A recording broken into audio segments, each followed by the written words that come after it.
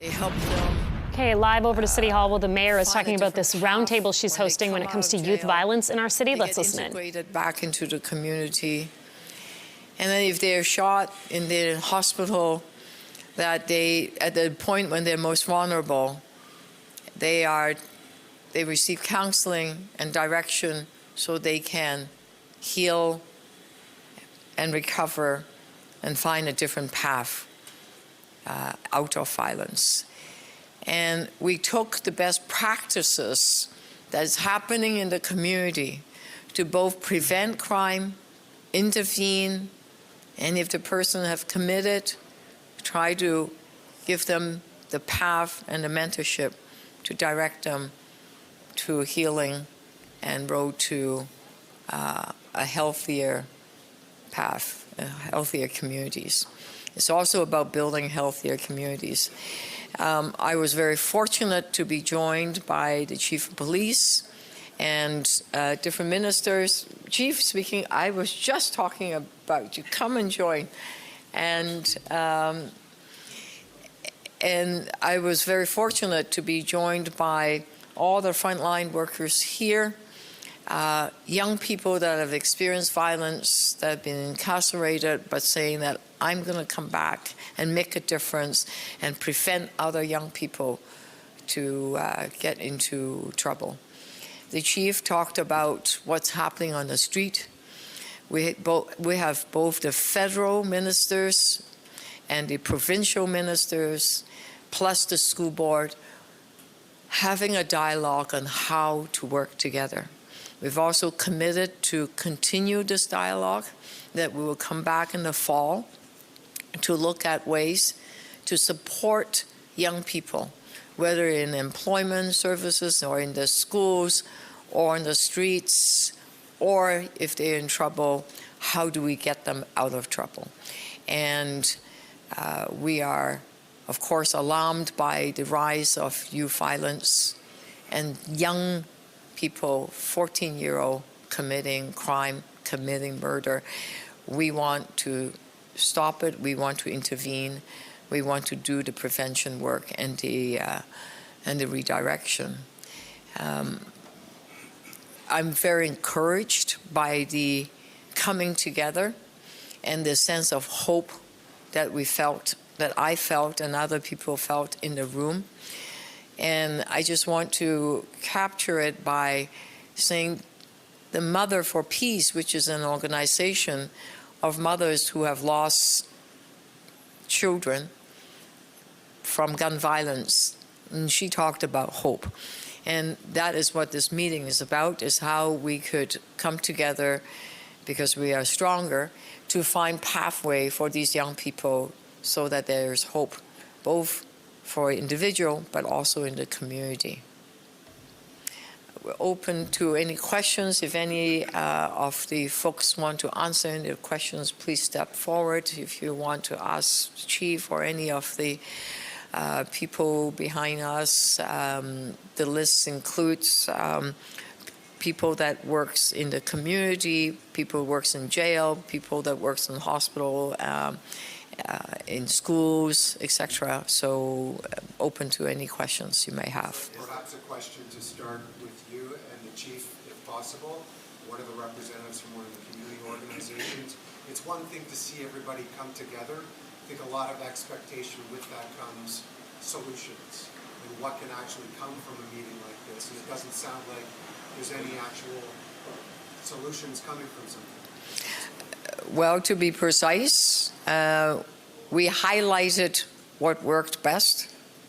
We also highlighted how to sustain those programs, how to enhance those programs.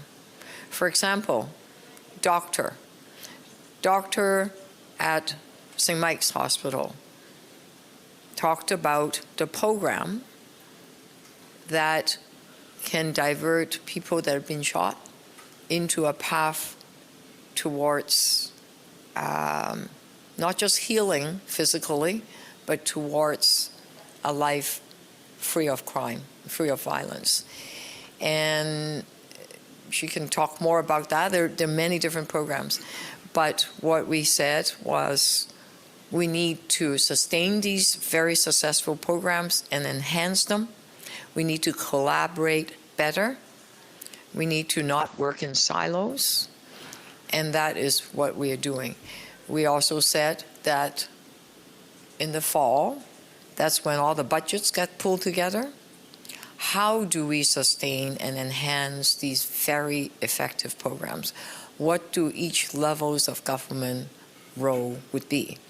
That's why we committed we will be back together. But in the meantime, there are other things we could do. Maybe the chief can step in and others can jump in. Okay? Thank you, Mayor, and I really appreciate the question. And I think I need to start first by acknowledging the leadership of the mayor bringing together a really comprehensive, multi-dimensional, multi-sectoral group of professionals, as well as leaders of government from federal and provincial levels of government as well. And I think when we look at the complexity around gun violence and youth violence, I think, I've said this before and I'll say it again, it is complicated. There is no one solution. We have standing here a representation of a number of approaches and things that are programs that are successful, starting at hospitals as well as those who make it, through different elements of exposure to violence, social care, schools, communities, and those who find themselves in the justice system and in prison. We have agencies represented here that provide supports through a continuum of different exposures to youth violence, gun violence, and all the activities that happen around that. So I think what's really important today is that we're continuing to build on the tradition of a multi-sectoral approach, a tradition that has been built on our approach to community safety and well-being in this city, which we call SafetyO, a 10-year program towards developing a greater sense of community safety and well-being with tangible results. And this is a very important step in that journey that is indeed complex and is going to take time and effort and sustained time and effort. We will meet again in the fall, and I'll tell you, there'll be that, and there'll be a meeting after that because these are committed to continue to work to do everything they can to ensure the safety and well-being of our city and importantly our youth. Can we wait until the fall though? Like how many more teenagers are going to kill people? Like 14 months. Well, listen, again, I appreciate that. This is a priority for our agency, as the police service always is, shootings. But I think, we are working continuously, and this is another step in that. There's nobody ever getting off that gas pedal. We are all working in our work collectively as hard as we possibly can, and we come together to ensure we are advancing together and finding sustainable solutions in the long term. So this is part of an ongoing effort that has never stopped and will continue full steam ahead for all of us together. Introduce yourself before you speak, okay? My name is Ala Adib, and I work with Smile Versace, a nonprofit organization located in Toronto. This is my first time attending an event like this, and from my experience, it was definitely well put together. There was leaders in the community that are doing important work, and I feel like it was extremely beneficial because now we have an opportunity to speak to ministers, speak to people in the city, and tell them our direct concerns and ways that they can help us. We received really positive feedback, and we're excited to move forward and work together in a collaborative way. So I'm just grateful to be here with the people that deserve to be here. Sorry, firstly, I must applaud the mayor for convening this very eclectic group of stakeholders with a mandate for safer communities. My name is Devon Jones. I'm the founder of YACE. I'm also a longtime school teacher in the Jane and Finch corridor, and I can tell you that if we're going to impact social change, and if we're going to address this phenomenon of reprisal and reciprocal shootings, it starts with conversations and dialogue like this. It starts with the ongoing pieces around collaboration and policy change and ensuring that every step of the way we're micromanaging those vices that leads to this culture. So we applaud the mayor for today, and with all the ministers in the room, with all the stakeholders from the city in the room, I can definitely tell you that we'll be building social solutions that will definitely impact some of the tragedies that's taking place in communities. Anybody want to say something? Doctor? I'm Dr. Carolyn Snyder from St. Michael's Hospital. I'm an emergency physician and the lead of the Thrive hospital-based violence intervention programs. There's also a hospital-based violence intervention program up at Sunnybrook, Humber River, and Scarborough General Hospital. Today I spoke about the successes of hospital-based violence intervention programs. Those programs are put in place to help youth. Oh, thank you. I am okay. shorter. To help youth be connected to some of the essential programs that we heard from today. Programs like YACE, programs like Mothers for Peace, programs in the City of Toronto, the housing, the mental health services that are so desperately needed by many of the young people who are injured by violence. And so when we show that those connections from people who are in a receptive and very responsive state of mind after their injury, we show that they work. We show that they have decreased the incidence of violence, of repeat injury. We've shown decreased interactions, new interactions of the justice system, and we've shown increased engagement with education.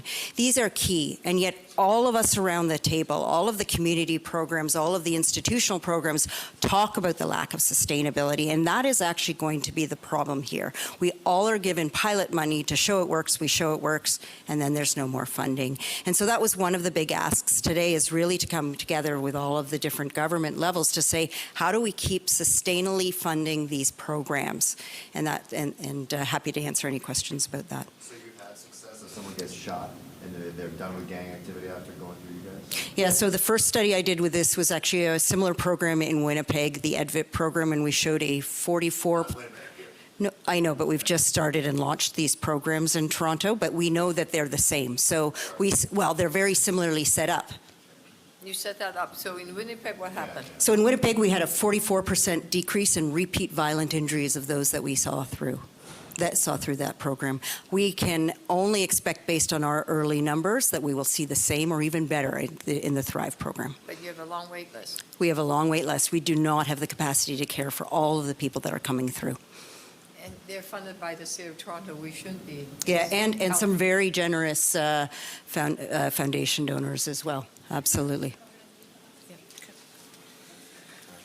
Hi, my name is Larry Brown. I'm the founder and director of Think Twice. Think Twice is an organization that was founded in 2005 to combat gun violence within the city.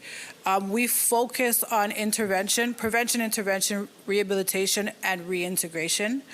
What I will say to you is that with the arrests, the community feels that the arrests keep people safe in the community, but the truth is people are going in gang involved and coming out gang involved. They're going in not gang involved and coming out gang involved. Without the appropriate rehabilitation supports that touch on STG labels, that touch on gang involvement, culturally sensitive programming, we are going to have the same issues that we have, but it's going to get younger and younger. We need proper reintegration support.